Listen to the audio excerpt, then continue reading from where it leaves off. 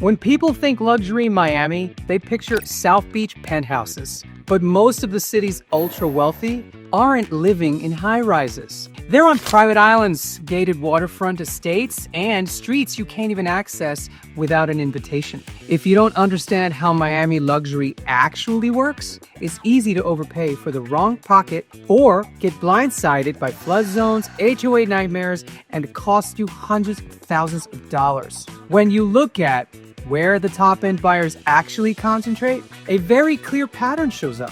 And that's why, in this video, I'm breaking it down.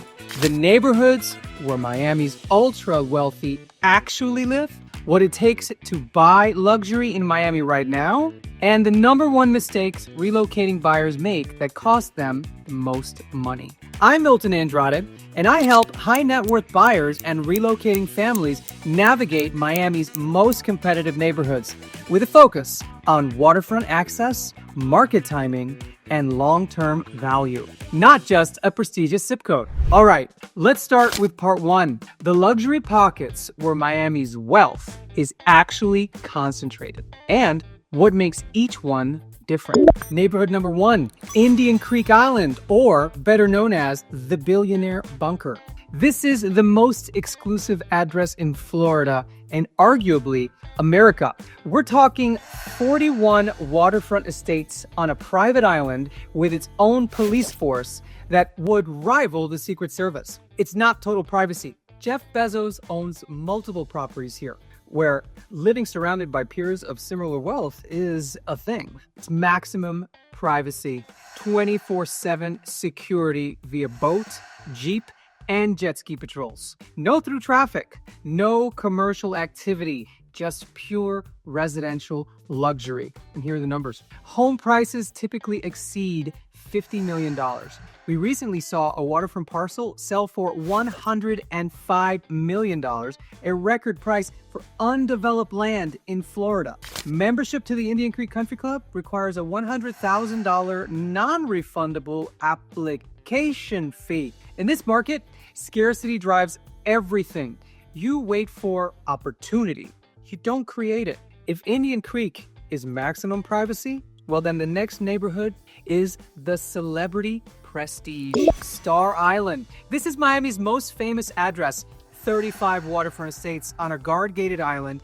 It feels high profile. It's see and be seen vibe. You're minutes from South Beach dining and culture, but still behind a guarded gate. Now, who lives here? Well, you have entertainment figures, athletes, and entrepreneurs, with recent names including Rick Ross and Ken Griffin. Now, the numbers. Homes range from 25 million to well over 100 million. And in early 2025, a property set the record for the highest Miami-Dade sale ever at $120 million.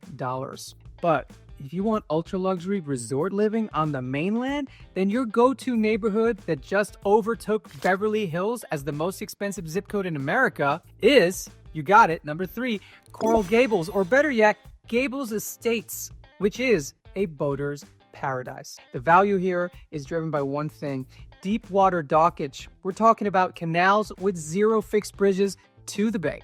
And the feel, it's quiet. Private streets, estate-scale parcels, and access to Miami's best private schools. Now the numbers. Active listings range from $10 million to over $50 million. One palace here is currently listed for a cool $175 million. Insider note, HOA approval is required before closing. The vetting process is real. And the best opportunities here move quietly off the market. If Gables Estates is boat first, then the next stop is Miami's oldest neighborhood, which just attracted a $173 million buy from Google's co-founder, Larry Page. Neighborhood number 4, Coconut Grove. The Grove is Miami's village in a city. The feel is lush, tropical, and bohemian. It's the only place where you can walk from your waterfront estate to a Michelin-starred dinner at Ariete or coffee in Coco Walk. And who lives here? Well, the tech billionaires and cultural elites who want prestige without the country club formality. And the numbers, well, waterfront estates, they start around 10 million and climb to over $100 million. And here's an insider note. The Grove has the tightest luxury inventory in Miami. Land is fully built out. If you don't understand these micro pockets, you can easily overpay by $10 million just by picking the wrong street. Next, we go to the wealthiest zip code in America, accessible only by ferry or private boat. Neighborhood number 5 is Fisher Island. Fisher Island is the ultimate isolation. Zip code 33109. The feel? Well, it feels like a 5-star resort that you own. 0 car access from the mainland, 0 tourists, 0 through traffic.